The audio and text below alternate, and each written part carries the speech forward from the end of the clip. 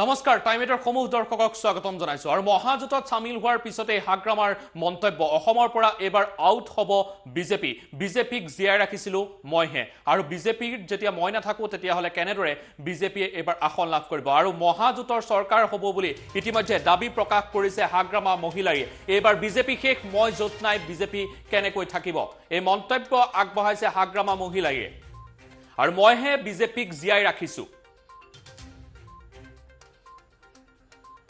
এইবাৰ অসমৰ পৰা আউট হ'ব বিজেপি মহাজোঁটত আনুষ্ঠানিকভাৱে সামিল হোৱাৰ পিছতে হাগ্ৰামাৰ মন্তব্য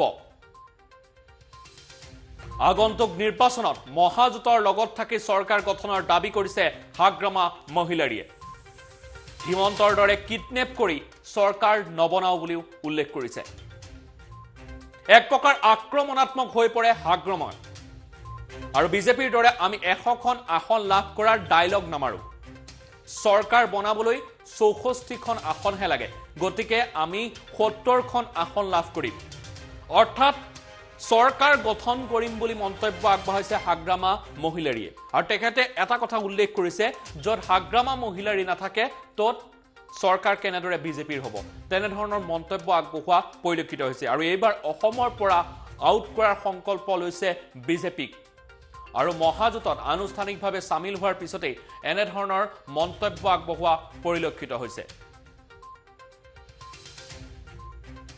আৰু আগন্তুক নিৰ্বাচনত বাবে প্ৰস্তুতি তৈয়াৰী কৰিয়ে এনে ধৰণৰ মন্তব্য আগবঢ়াইছে বুলি উল্লেখ কৰিছে আৰু বিজেপিৰ দৰে 100খন আসন লাভ কৰাৰ কথা আমি উল্লেখ নকৰো যেহেতু 64খন আসনহে লাগে চৰকাৰ গঠন কৰিবলৈ গতিকে আমি 70খন আসন লাভ কৰিম বুলিও এক উপলুঙা সূচক মন্তব্য আগবঢ়োৱা পৰিলক্ষিত হয় আৰু এই মুহূৰ্তত মন্তব্য আমি শুনাব বিচাৰিছো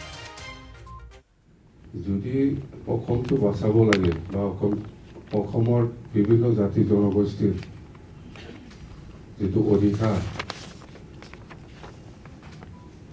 কনষ্টিটিউচনেল যেটো ৰাইট সাংবিধানিকভাৱে তেনেকুৱা অধিকাৰ পাব লাগে এই ধৰণৰ বিজেপিয়ে দিব পৰা নাই এই কাৰণে আমি আজি বিজেপি দলে মহাজোঁটত থাকি পেলাই অসমৰ ৰাইজৰ স্বাৰ্থত শান্তিৰ স্বাৰ্থত একতাৰ স্বাৰ্থত প্ৰগতিৰ স্বাৰ্থত কাম কৰিব পাৰিব বুলি আমাৰ এটা দৃঢ় বিশ্বাস সেইকাৰণে আমি বিজেপিয়ে আজিৰ পৰা মহাজোঁটত একেলগে থাকি পেলাই আগন্তুক যিটো এছেম্বলি ইলেকশ্যন ইয়াত আমি একেলগে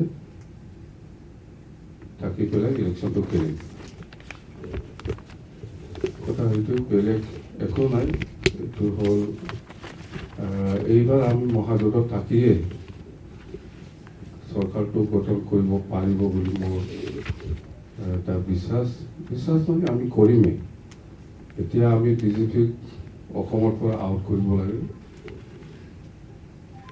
কৰিব লাগে আৰু আসামটো বচাব লাগিব আৰু এইবাৰ বিজেপিয়ে শেষ মই য'ত নাই ইয়াত ক'ত আৰু জীয়াই থাকিব মইহে যাই পেলাই ৰাখিছিল বিজেপিক আপোনালোকেওতো জানে হিষ্ট্ৰীটো বিজেপি কেনেকৈ অসমত চৰকাৰ হ'লে তো যেনক নতুন চৰকাৰ আহিব আগন্তুক মে মাহৰ 2 তাৰিখত ৰিজাল্ট ওলাব ভালকৈ আমাৰ অসমত আমাৰ মহাজোঁট হিচাপে যথেষ্ট মানে কি বুলি কয় এইটো মানে সংখ্যাগৰিষ্ঠতা আমি পাম কোনো বেলেগক খাই লোৱাৰ কোনো প্ৰশ্ন নাই মহাজোঁট হিচাপে এবছলিউট মেজৰিটি আমি পাম আৰু কিছুমানটো অলপ বেছি হ'ব পাৰে খাদ্য কৰিব লাগিব এইটো বেছি আহিলেও অলপ দিগদাৰ না হয় না নহয় আপোনালোকেতো জানে ঠিক আমি মিলি পেলাই চৰকাৰ বনাম না বিজেপিয়ে কৈ আছে 100 এইবিলাক কি প্লাছ বনাই পেলাই দেখাই দিয়ক না চৰকাৰটো আগত আমাৰতো হ'ল এবছলিউট মেজৰিটি আমি কাৰো ধাৰ নলৈ পেলাই চৰকাৰ গঠন কৰিব এই কিবাটো মহাজোঁটে কোনোবা ইণ্ডিপেণ্ডেণ্ট আমাক দৰকাৰ নহ'ব। তাৰমানে হেমন্ত বিশ্ব শৰ্মাৰ নিচিনা ক'ৰবাৰ পৰা কালেকশ্যন কৰি চৰকাৰ নবনাই আমি। এইটো BTCটো দেখিছে আপোনালোকে, ক'ত কিডনেপ কৰি পেলাই লৈ গ'ল, ক'ত শ্বিলং, ক'ত দিল্লী হোটেল, এনেকুৱা চৰকাৰ বনাই নেকি? চৰকাৰটো এনেকুৱা বনাই হা? এতিয়াতো আৰু চব নিজৰ ভিতৰতে মানে খেলি মেলি হিচাপ নাই। BTC নাই আৰু এতিয়া মুঠতে আমি চৰকাৰ বনাম, চিন্তা কৰিব নালাগে। আপোনালোকে আৰামত আমাৰ হৈ পেলাই বেছি কথা কৈ থাকক, যিটো পাৰে ক'ব নালাগে, আমাৰ হৈ বেছি কওক না। যদি অসমটো বচাব লাগে বা অসমৰ বিভিন্ন জাতি জনগোষ্ঠীৰ যিটো অধিকাৰ, কনষ্টিটিউচনেল যিটো ৰাইট, সাংবিধানিকভাৱে তেনেকুৱা অধিকাৰ পাব লাগে, এই ধৰণত বিজেপিয়ে দিব পৰা নাই।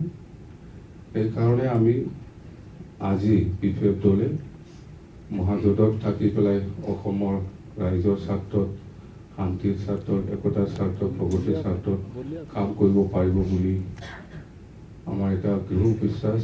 সেইকাৰণে আমি PPF আজিৰ পৰা মহাজোঁটত একেলগে থাকি পেলাই আগন্তুক যিটো এছেম্বলি ইলেকশ্যন, ইয়াত আমি একেলগে থাকি পেলাই ইলেকশ্যনটো খেলিম। কথা হয়তো বেলেগ একো নাই, এইটো হ'ল এইবাৰ আমি মহাজোঁটত থাকিয়ে চৰকাৰটো গঠন কৰিব পাৰিব বুলি মোৰ এটা বিশ্বাস মানে আমি কৰিমেই। এতিয়া আমি BJPক অসমৰ পৰা আউট কৰিব লাগে আৰু আসামটো বচাব লাগিব। আৰু এইবাৰ BJP শেষ, মই য'ত নাই ইয়াত ক'ত আৰু জীয়াই থাকিব। মইহে যাই পেলাই ৰাখিছিল BJPক। আপোনালোকেওতো জানে হিষ্ট্ৰীটো, BJP কেনেকৈ অসমত চৰকাৰ হ'লে। তো যেনক নতুন চৰকাৰ আহিব আগন্তুক মে মাহত 2 তাৰিখত ৰিজাল্ট ওলাব ভালকৈ আমাৰ অসমত। আমাৰ মহাজোঁট হিচাপে যথেষ্ট মানে কি বুলি কয় এইটো মানে সংখ্যাগৰিষ্ঠতা আমি পাম, কোনো বেলেগক খাই লোৱাৰ কোনো প্ৰশ্ন নাই। মহাজোঁট হিচাপে এবছলিউট মেজৰিটি আমি পাম। আৰু কিছুমানটো অলপ বেছি হ'ব পাৰে, কাইদা কৰিব লাগিব। এইটো বেছি আহিলেও অলপ দিগদাৰ না, হয় না নহয়? আপোনালোকেতো জানে। ঠিক আমি মিলি পেলাই চৰকাৰ বনাম না।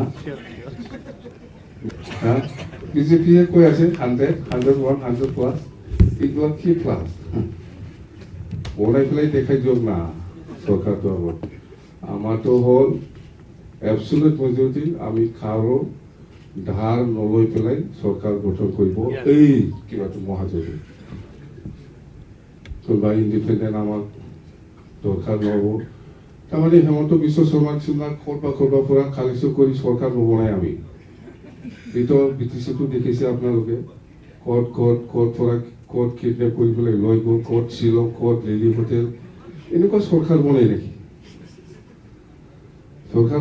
চৰকাৰটো এনেকুৱা বনাই হা? এতিয়াতো আৰু চব নিজৰ ভিতৰতে মানে খেলি মেলি হিচাপ নাই।